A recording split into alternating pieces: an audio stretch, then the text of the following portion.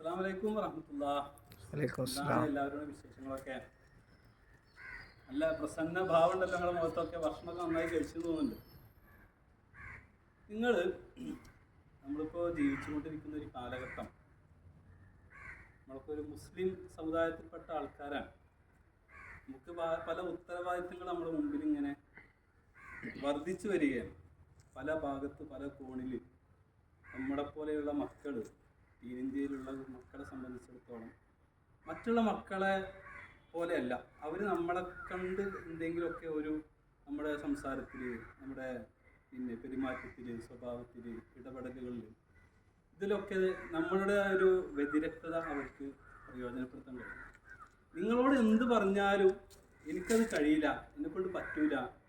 ഒരു രോഗത്തെക്കുറിച്ച് ആൾക്കാർ പറയുന്നുണ്ട്, എന്താണ് AEV, അതായത് അവർ എന്ത് വിചാരിക്കും എന്നൊരു ചിന്ത മനസ്സിൽ ഇങ്ങനെ ഉണ്ടാവും. മറ്റുള്ള ആൾക്കാരെ നോക്കി നമ്മളൊരിക്കലും അങ്ങനെ ആവും. നിങ്ങൾക്കൊരു കഥ, ഞാൻ യഥാർത്ഥത്തിൽ നിങ്ങളെക്കാട്ടി അനിയന്മാരായിട്ടുള്ള മലർവാടി കുട്ടികളില്ലേ, അവരെ ഒരു മീറ്റിംഗ് പങ്കെടുത്തപ്പോൾ അതിലൊരു കുട്ടി പറഞ്ഞ കഥ ഉണ്ട്.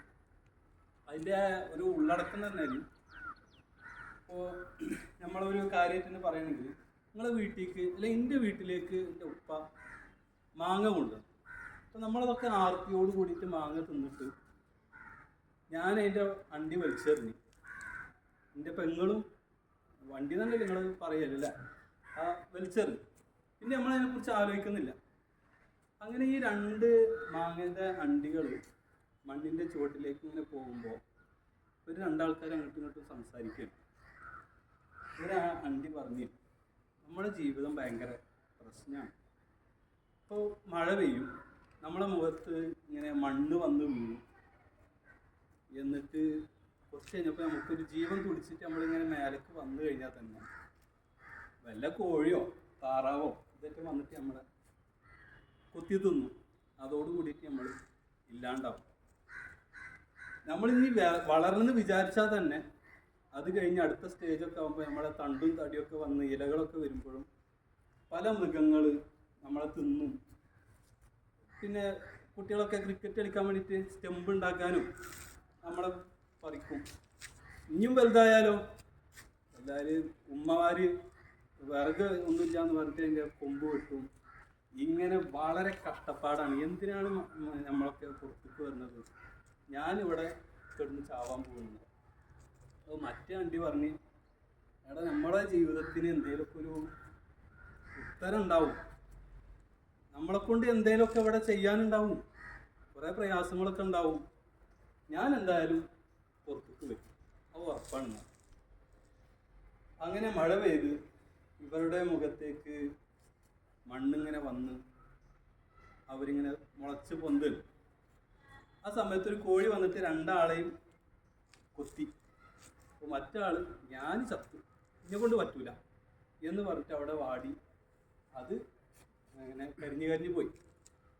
എന്നാൽ മറ്റതിൻ്റെ നേരത്തെ പറഞ്ഞ അപകടങ്ങളൊക്കെ സംഭവിച്ചു.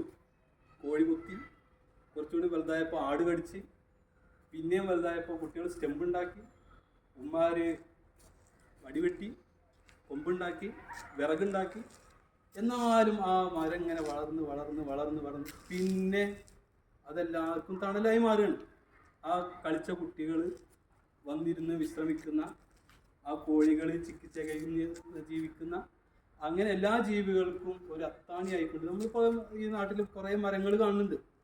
ആ മരങ്ങൾക്ക് പോലും വലിയ ചരിത്രം നമുക്ക് പറഞ്ഞു തരാനുണ്ട്. അവരൊക്കെ നേരത്തെ ആ അണ്ടി വിചാരിച്ചതുപോലെ, വിത്ത് വിചാരിച്ചതുപോലെ എന്നെക്കൊണ്ടൊന്നും കഴിയില്ല എന്ന് വിചാരിക്കുകയാണെങ്കിൽ അതൊക്കെ നാശമായി പോകും. എന്നാൽ ഈ മരങ്ങൾ ധാരാളം പാഠങ്ങൾ നമ്മളെ പഠിപ്പിക്കുന്നുണ്ട്.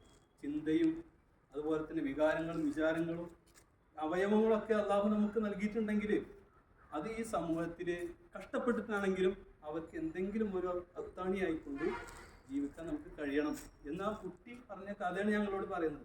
അപ്പം അതിൻ്റെ ഒരു ഗൗരവം എത്രമാത്രം ഉണ്ടാവും.